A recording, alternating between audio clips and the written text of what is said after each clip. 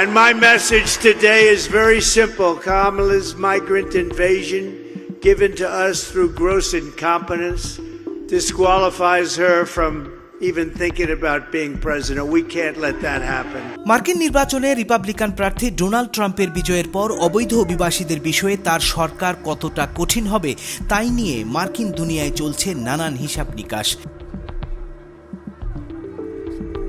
20 জানুয়ারি white হাউসে অভিষেকের পর ওভাল অফিসে বসে প্রথম কোন কাজগুলো অগ্রাধিকারভাবে করবেন ট্রাম্প সেটা নিয়েও চলছে চুলচেরা বিশ্লেষণ।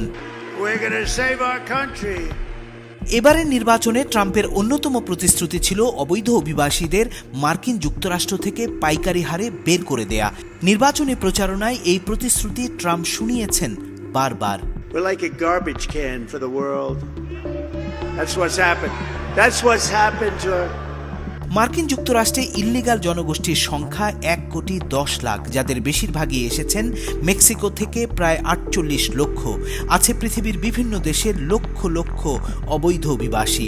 Look, I say this is the kid of legal immigrants to this country. It's the proud child of legal immigrants to the United States of America.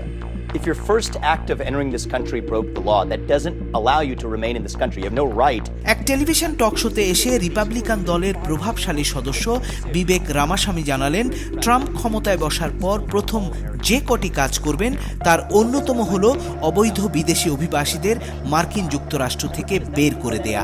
কাজটি কঠিন হলেও তিনি মনে করছেন প্রতি বছর 10 লাখ করে অবৈধ অভিবাসীদের বের করে দেওয়ার কাজ ট্রাম্প শুরু করবেন প্রথম দিন থেকেই। বিবেক রামাস্বামী আরও বলছিলেন, কঠিন এ কাজ করতে গিয়ে ট্রাম্পের সরকার সামরিক বাহিনী থেকে শুরু করে কূটনীতিবিদ সবাইকে কাজে লাগাবেন। এই চেষ্টার অংশ হিসেবে রিপাবলিকান রাজ্যগুলোতে সহযোগিতা বাড়াবেন আর বিরোধী রাজ্যে ফেডারেল অর্থায়ন কমিয়ে দেওয়ার মতো চাপ দিয়ে হলেও অবৈধ অভিবাসীদের বের করে দেওয়ার কাজ শক্ত হাতে তিনি করে যাবেন। The government and the new government on day one of what they can do or what they cannot. They may have plans. I don't believe that they will be easy for them to implement anything. অন্যদিকে মার্কিন অভিবাসন আইনজীবী Claudio কোরেন মনে করেন, শপথ নেয়ার পরপরই বেশ কটি নির্বাহী আদেশে সই করতে পারেন ট্রাম্প।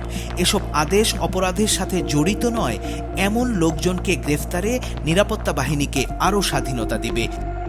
মেক্সিকো সীমান্তে সেনা মোতায়েন আরও বাড়বে, এই সীমান্তে দেয়াল তোলার কাজও আবার শুরু হবে।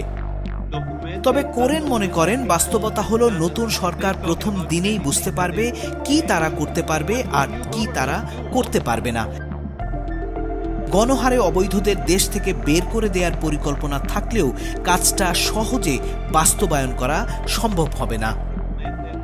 কোরেন আরও জানালেন, ক্ষমতায় গিয়ে এই এজেন্ডা বাস্তবায়নে রিপাবলিকানরা রাষ্ট্রের সব শাখাকে ব্যবহার করলেও মামলার কারণে তার বাস্তবায়ন বাধাগ্রস্ত হবে। নানান আইনি চ্যালেঞ্জের মুখে পড়বে অবৈধ অভিবাসীদের গণবহিষ্কারের কর্মসূচি।